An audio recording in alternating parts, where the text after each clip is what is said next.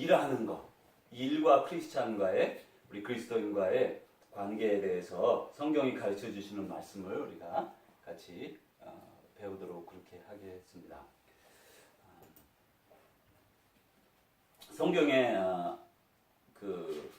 이 말씀하시기를 손이 게으른 사람은 가난하게 되고 손이 부지런한 사람은 부유하게 된다. 그런 말씀이 있어요.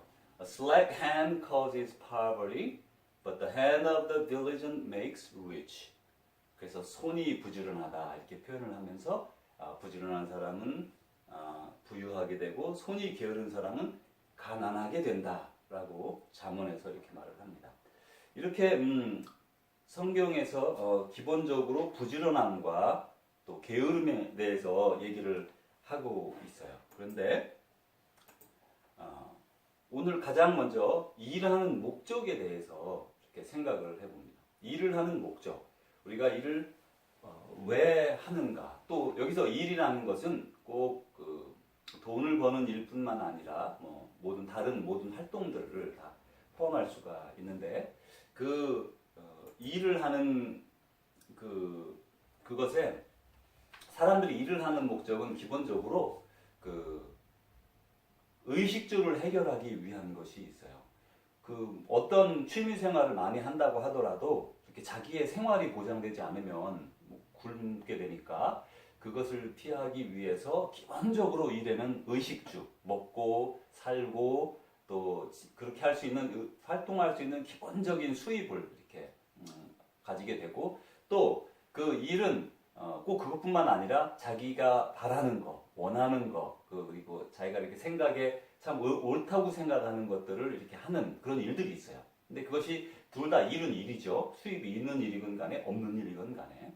그래서 일에는 늘 목적이 있고 가장 먼저 그 기본적인 것이 사람 생존에 있어서 먹고 살고 지낼 수 있는 그런 것들 그리고 자기의 삶의 의미를 이루어 줄 수 있는 그런 활동들 그런 걸 하게 됩니다. 그런데 그것이 의식주이든 아니면 자기가 소망하고 또 비전을 가지는 활동이든 간에 그 일을 이룸에 있어서 잠언 21장이 이렇게 말합니다. 부지런한 사람의 계획은 반드시 이득을 얻지만 성급한 사람은 가난해질 뿐이다. The plans of the diligent lead surely to abundance. 그 다음에 But everyone who is hasty comes only to want. 자, 여기서 아주 우리가 조금 표면적으로 보면 이렇게 표면적으로 보는 기보다 좀 더 깊이 와야 이해하기가 쉬워요. 보십시오. Plans of the diligent. 그러니까 diligence 얘기하고 그 다음에 everyone who is hasty. 이거는 막 성급한 거잖아요. 조급한 사람, 성급한 사람. 근데 사실 부지런한 사람하고 반대말은 뭐예요? 부지런하고 반대는 게으른 사람이잖아요. 일반적으로 우리가 생각할 때. 부지런한 사람의 계획은 반드시 이득을 얻지만 게으른 사람은 가난해진다. 이렇게 말해야 될 것 같은데 오늘 이 잠언 말씀에서는 부지런한 사람의 계획은 반드시 이득을 얻는데 성급한 사람, make hasty, 이렇게 막 하는 사람은 가난해진다. 가난해질 뿐이다. 이렇게 말해요. 그 사람이 일을 하는데 여기서 이 깊이 있게 말씀하시는 건 이거예요. 일을 하는데 부지런한 것은 미리미리 이렇게 늘 꾸준히 일을 해서 미래를 보면서 계획해 나가는 계속해서 이루어 나가는 이제 열심히 하는 부지런한 사람인 반면에 성급한 사람은 해야 할 것을 제때에 하지 않고 미루거나 그것이 또 게으르다는 말이 되잖아요. 그런 이런저런 이유로 헛된 것에 힘을 쏟거나 이런 사람은 이제 마땅히 해야 될 일을 나중에 할 때 막 성급하게 하게 되는 거예요. 그리고 성급하니까 문제가 많이 발생하잖아요.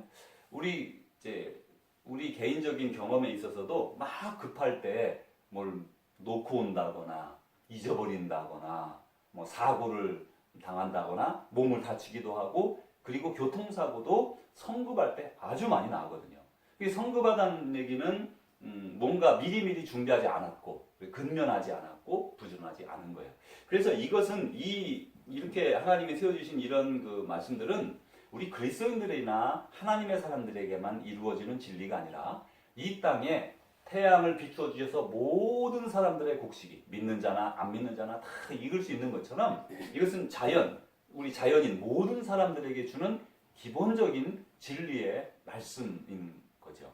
그래서 이제 이렇게 우리가 일반적으로 부지런한 사람은 그 계획을 통해서 이득을 얻고 열심히 함을 통해서 이득을 얻지만 성급한 사람, 다시 말하면 게으른 사람은 이득을 얻지 못하는 거예요. 이제 이렇게 생각하면서 이제 일하는 목적을 우리가 조금 전에 의식주, 먹고 사는 문제를 해결하기 위해서 그리고 자기의 어떤 마음의 그 의미를 가진 것에 열심을 두고 하게 되어 있어요.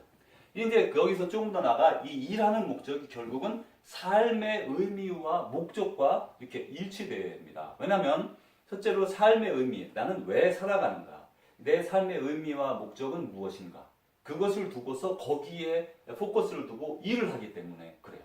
물론 직업이라는 것이 꼭 내가 좋아하고 내가 내 삶에 의미가 있고 이런 것만 하는 것은 아니에요. 그런 건 아니지만 많은 사람들이 그 수입과 관계없이 요즘은 점점 자기 삶의 의미와 목적을 추구하는 직업을 갖기 시작한 지 벌써 오래됐어요. 근데 보십시오. 삶의 의미와 목적이 무엇이냐? 우리들에게 일반적인 모든 사람들에게 있어서 삶의 의미와 목적은 그 일을 하는데 일이 삶으로 연결되는데 그것은 먼저 가장 남자나 여자나 관계없이 가정을 부양하기 위한 것이 큽니다. 일을 하는 거 그리고 삶의 목적이 우리 가정에 있다. 가정의 행복. 그래서 가정을 잘 지키기 위해서 그것을 우리 삶에 참 귀한 것으로 생각을 해요. 많은 분들이 이제 돌아가시기 전에 이제 막 나이가 많이 되거나 중병으로 돌아가시는 그런 상태가 되었을 때 후회되는 게 뭐냐? 그러면 가족들하고 시간을 많이 보내지 못했다. 가족들을 좀 더 사랑해주지 못했다. 그런 얘기를 다 하거든요.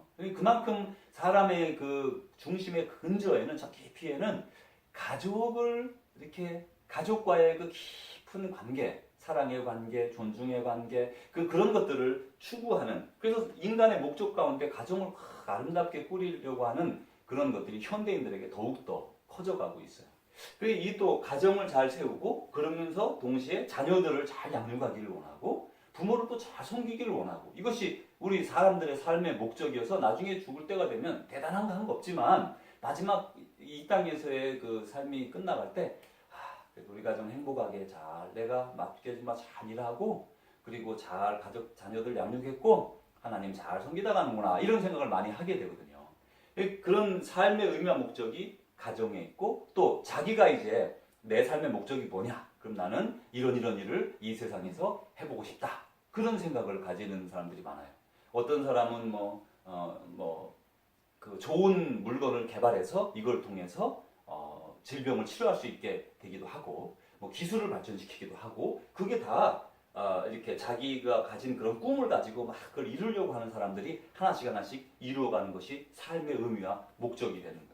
그래서 많은 사람들이 삶의 의미와 목적은 다 똑같지 않고 다 다른데 그런 것들 가운데 이제 사회에 공헌하려고 하고요. 또 어떤 사람은 부자가 되려는 삶의 목적을 가진 사람도 있어요. 그게 정말 조금 아이러니고 좀 안타까운 사람들이에요.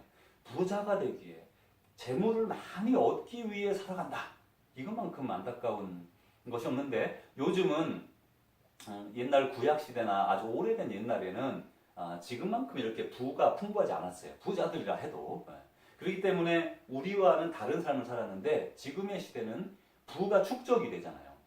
예전의 시대에는 재물이 이렇게 그 돈이라고 하는 화폐가 이렇게 통용되지 않을 때는 실제로 그 쌀 같은 거, 곡식 같은 거 아니면 먹는 거 이런 말린 것들 이런 걸 제물로 썼어요. 소금이나 이런 거 쌓아놔봐야 예를 들어 쌀을 집안에 쌓아놨다, 창고를 지어서 쌓아놨다 몇 년 가겠어요. 방부제도 없고 물론 고양이가 쥐는 막아주겠지만 썩고 잘못해서 비 많이 오면 몇 년 있다가 냄새나서 못 먹고 그러니까 부라는 것이 축적이 그렇게 가능하지가 않던 시대에 살다가 지금은 부가 그 캐시도 필요 없잖아요. 캐시도 상하니까. 그러니까 통장에만 넣어놓으면 언제까지 갈 수 있는 인슈런스까지 들어져 있어서 이제는 축적되는 게 되면서 그것이 삶의 목적이 되고 왜냐하면 그것이 우리에게 안전성을 보장해 준다고 생각하면서 자칫 요즘 현대인들은 이 재정적인 풍요가 우리 삶의 목적처럼 되어버리고 그것이 우리에게 행복을 자동적으로 갖다 줄 것이라고 생각하게 돼요.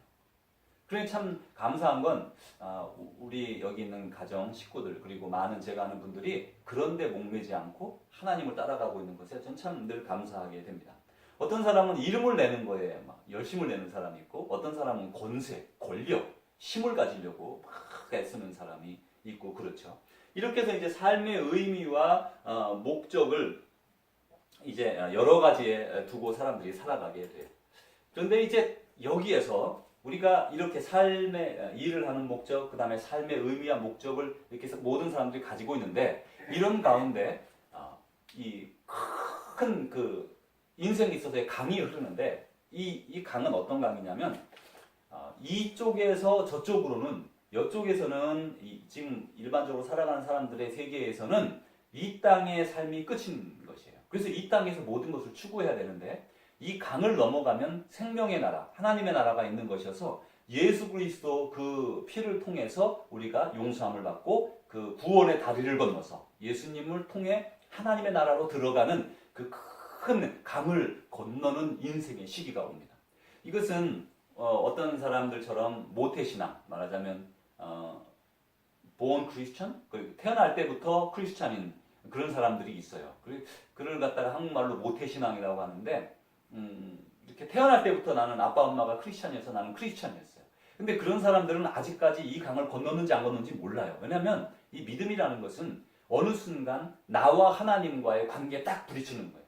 하나님이 살아계시구나. 예수님이 나를 위해 돌아가셨구나. 그리고 그 보혈의 능력으로 그 아픔과 고통을 통해 그리고 치욕을 통해 피 흘리시고 죽으심으로 말미암아 우리가 그 피로 새로운 생명을 얻고 예수님이 다시 살아나셔서 우리도 그렇게 사는구나. 그거를 딱 마주하는 순간이 오게 되는데 그게 이제 철이 들면서 오게 되죠. 많은 경우에.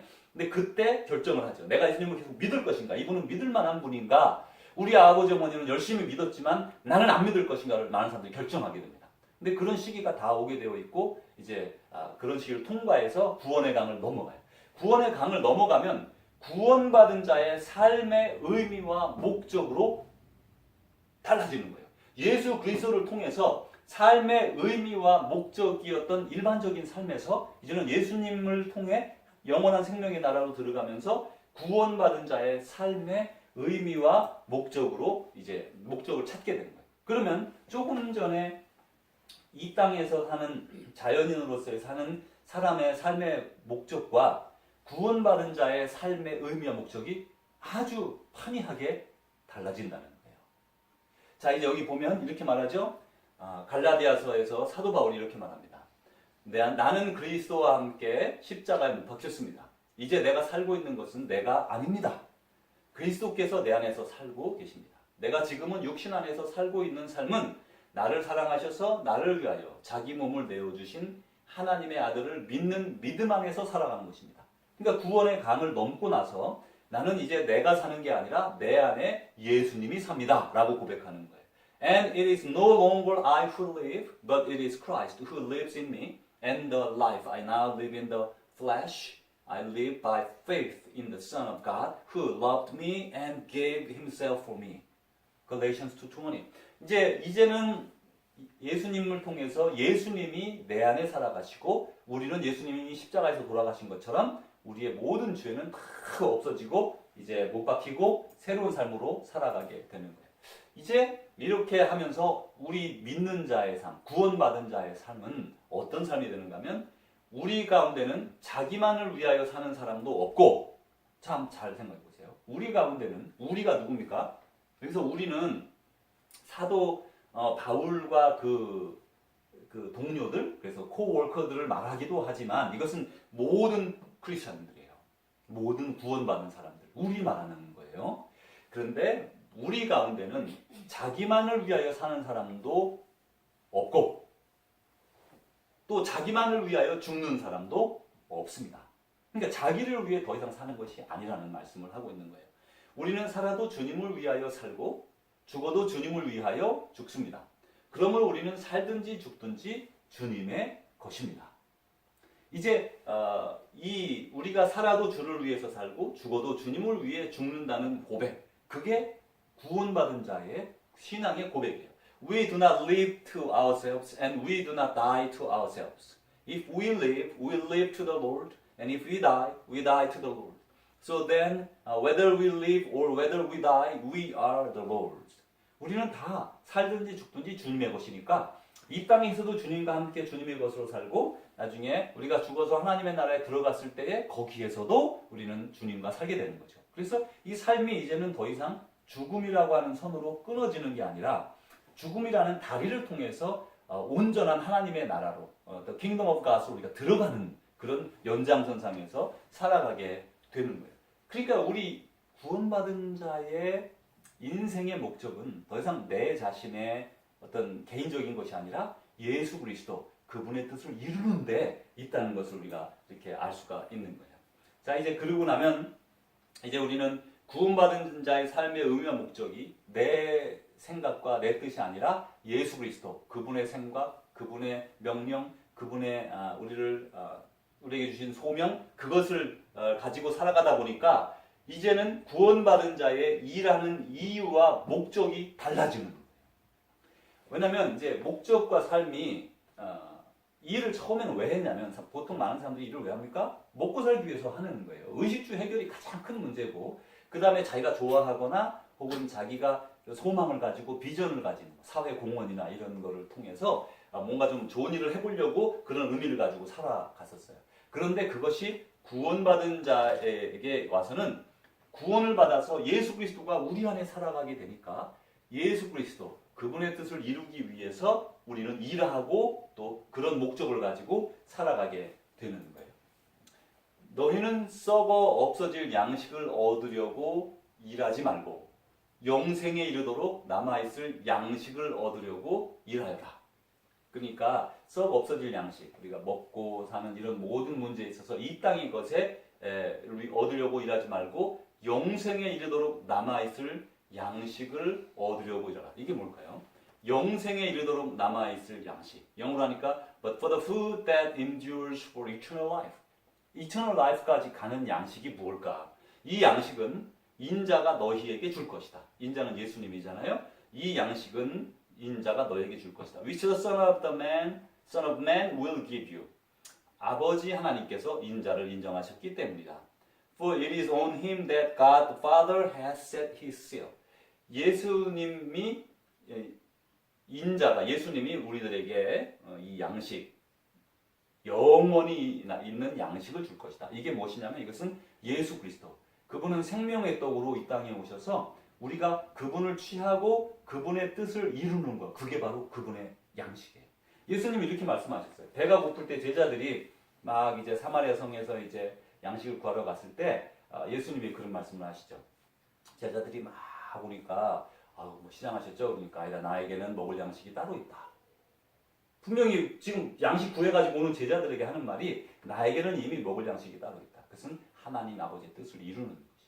그러니까 여기서 예수님의 뜻, 하나님의 뜻, 우리가 그것을 우리가 예수 그리스도 안에서 이루어 나가는 그것이 우리의 양식이 되는 것이에요. 그래서 여기서는 지금 어떻게 생각하면 썩어 없어질 양식을 얻으려고 일하지 말고 이 말은 세상의 의식주를 해결하기 위한 일을 하지 말아라 그런 말이 아니에요. 그런 말이 아니에요. 그런 모든 일을 하지만 그거보다 가장 먼저 어떤 일을 하고 어떻게 살아가든지 간에 하나님의 뜻을 이루는 삶, 그게 영적 생명이고 그것이 영생에 이르도록 남아있을 양식인 거예요. 그 예수 그리스도의 뜻인 거예요. 그리고 그 사랑, 다른 사람들을 사랑해주고 비즈니스를 해도 사랑해줄 수 있지 않아요? 그러니까 무엇을 해도 사랑해줄 수 있는데 사랑하고 자비하고 하나님의 뜻을 이루는 그 일이 바로 하나님이 우리에게 주시는 예수 그리스도 그분이고 그분이 사랑이고 예수님이시고 우리는 그 양식을 먹는 영원한 양식을 먹는 사람이 되는 거죠. 이제 예수님께 이 제자들이 묻습니다. 우리가 무엇을 하여야 하나님의 일을 하는 것이 됩니까? 무엇을 하여야 하나님의 일을 하는 것입니까? 예수께서 그들에게 대답하셨다. 하나님께서 보내신 일을 믿는 것이 하나님의 일이다. 여기는 아주 직접적으로 단순하게 말씀하셨어요. 사람들이 영생하도록 있을 하나님의 그 일을 우리가 하는 것이다. 그러니까 그게 무슨 일입니까? 하나님의 일이 어떤 것입니까? 그러니까 예수님은 하나님께서 보내신 예수 그리스도 그분을 믿는 것이 하나님의 일이다. 다시 말하면 예수님을 믿으면 믿음이 우리 가운데 들어와서 우리로 하여금 예수님의 뜻을 행하도록 그것이 예수님의 일이고 또 하나님의 일이 되는 것이에요. 그래서 예수 그리스도를 믿는 것이 하나님의 일이면서 예수 그리스도가 우리 안에 들어와서 우리를 변화시켜서 예수님의 일을 하도록 하는 것. 결국 다 한 가지로 이루어지는 것을 말하고 있는 거죠.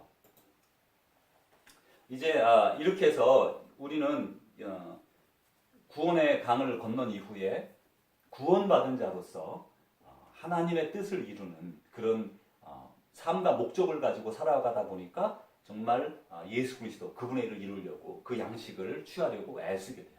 근데 이런 사람들이 하나님의 일을 한다는 이유로 생각을 해보세요. 예를 들어 뭐 우리 같은 저와 같은 목사나 혹은 선교사님 이런 분들이 이제 전업적으로 모든 직업적으로 이렇게 이런 사역을 하는 어떤 사람들이든지 간에 이런 사람들이 자칫 잘못 생각하면 그것이 신성한 것이고 다른 사람들은 그런 일들이 뭐 하찮은 것이냐 생각할 수가 있어요. 그게 성직이라고 우리가 부르잖아요. 성직, holy job이에요. 홀리한 그런 잡이다 그런 말이 되지만 그러나 성경에서 말씀하는 것은 어떤 직책에 홀리한 것이 아니라 그 사람은 하나님의 일을 함으로써 하나님께 인정을 받게 되는 거죠. 그래서 이제 이 사도 바울이 말하기를 우리는 아무에게서도 양식을 거저 얻어먹은 일이 없고 도리어 여러분 가운데서 어느 누구에게도 짐이 되지 않으려고 수고하고 고생하면서 밤낮으로 일했습니다. 사도 바울은 풀타임 미셔너리였거든요. 그런데도 불구하고 가는 데마다 일을 할 수 있으면 일을 한 거예요. 그래서 자기가 그 사람은 천막을 만드는 그런 기술이 있었는데 같이 천막 만드는 데 가서 낮에 일하고 저녁에 또 모여서 사람들 다 이렇게 말씀 가르치고 또 저녁에 일하면 또 낮에 말씀 전하고 여행을 다니면서도 계속해서 일을 해서 이제 자기 먹을 것을 공급하려고 애썼어요. 이제 그거를 우리 순 한국말로 자비량 선교라 그렇게 말을 해요. 스스로 자기를 서포트하는 선교다 그렇게 말하는 거예요. 그런데 이제 그게 다 그랬느냐? 그렇진 않아요. 이 당시에는 어떤 일이 있었냐면 많은 사람들이 이제 특별히 예수님의 제자들이 이렇게 다니면서 어딜 가면 어느 집이든지 들어가면 그 예수님의 제자들이 형제 자매이기 때문에 다 형제 자매잖아요. 그러니까 거기는 먹을 걸 내 거 뭐 안 나눠주고 그런 사회가 아니라 그분을 예수님의 제자니까 모셔서 대접하고 지내게 하고 돈 한 푼 받지 않고 다 그렇게 해주는 사회였기 때문에 이제 그분들은 들어가서 충분히 지낼 수가 있었어요. 그런데도 불구하고 사도 바울은 그렇게 하지 않았는데 특별히 사도 바울은 믿지 않는 사람들이 아직 믿지 않는 지역으로 다녔기 때문에 더 그럴 필요성이 있었을 것이고 또 그런 그 아직까지 믿지 않는 분들을 상대로 나아갔기 때문에 더 일해야 될 필요가 있었을 거예요. 자 이렇게 돼서 이제 사도 바울은 거저 먹지 않고 자기가 일을 해서 이렇게 그 사람들에게 짐이 되지 않으려고 애를 썼습니다. 아주 모범적인 생각이라고 저에게는 보여집니다. 그런데 이런 말씀이 사도 바울이 또 고백을 해요. 사도행전 20장에 가니까 이렇게 말합니다. 여러분이 아는 대로 나는 나와 내 일행에게 필요한 것을 내 손으로 일해서 마련했습니다. 저는 이 말씀이 아주 이렇게 의미심장하게 들렸어요. 왜냐하면 여러분이 아는 대로 다 사람들이 아는 거예요. 근데 나는 나와 내 일행에게 사도 바울이 혼자 다니지 않고 늘 이제 몇 명의 제자들과 같이 다녔거든요. 동역자들과 자기 제자라고 부르지 않고 사도 바울과 그의 동역자 이렇게 동역자들과 같이 다녔는데 그 사람들이 몇 명이 막 먹고 지내려면 돈이 많이 들었을 텐데 나와 내 일행에게 필요한 것을 내 손으로 일해서 마련했습니다. 그러니까 사도 바울은 자기 손으로 일을 해서 하나님의 일을 하는 거예요 지금. 그 사람이 뭐 자기 돈 벌려고 일하는 것도 아니고 하나님의 일을 하면서도 자기 손으로 일을 해서 자기와 함께 다니는 사람들의 지낼 것을 마련했다는 거예요. 아주 놀라운 고백이고 사도 바울은 이 말을 통해서 이렇게 자립하려고 애썼던 것을 우리가 이렇게 알 수가 있고 나는 모든 일에서 여러분에게 본을 보였습니다. 이렇게 힘써 일해서 약한 사람을 도와주는 것이 마땅합니다. 주 예수께서 친히 주는 것이 받는 것보다 더 복이 있다 하신 말씀을 반드시 명심해야 합니다. 예수님이 우리 복음서에는 기록이 되어 있지 않은데 주는 것이 받는 것보다 복이 있다 이렇게 말씀하셨어요. 우리가 이렇게 남한테 이렇게 뭘 줄 때 이렇게 겸손하게 제공할 때 얼마나 기쁨이 있습니까? 그죠? 그 기쁨을 예수님께서 우리에게 알려 주시는 것이죠.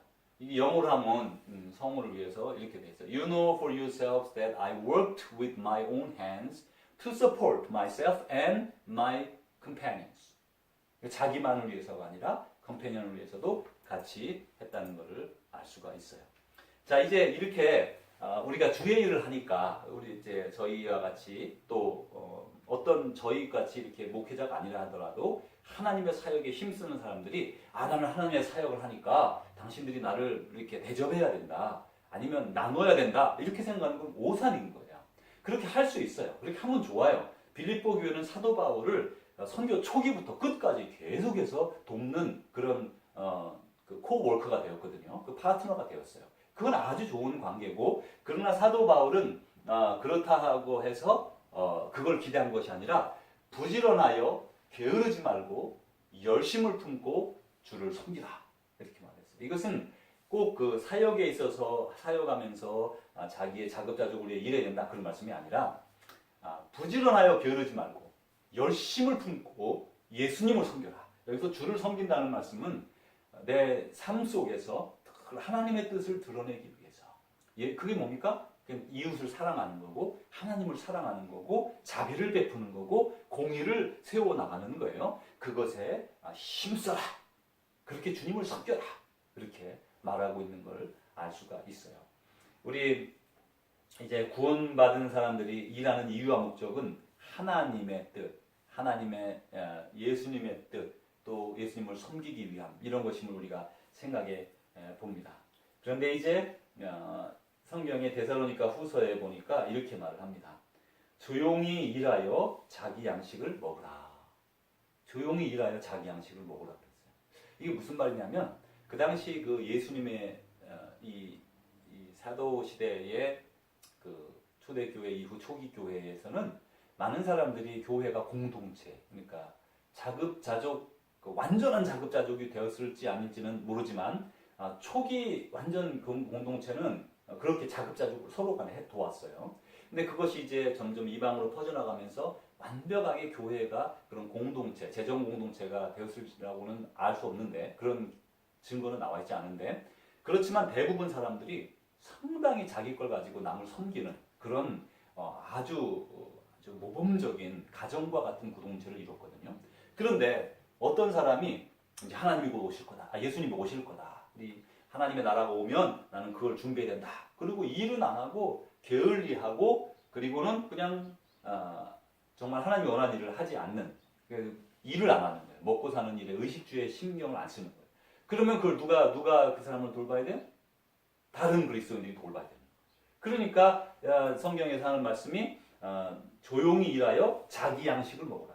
왜 일을 하라고 그러냐면, 남한테 얻어먹지 말고 한 공동체 식구들에게 신세지지 말고, 가능하면 네가 일할 수 있으면 일해서 먹으라, 그런 말씀을 주고 있고, 또 계속해서 데살로니가 후서 3장 10절에는 우리가 잘 아는 말씀이잖아요. 일하기 싫어하는 자는 먹지도 말게 하라, 그런 말씀을 하는 거예요.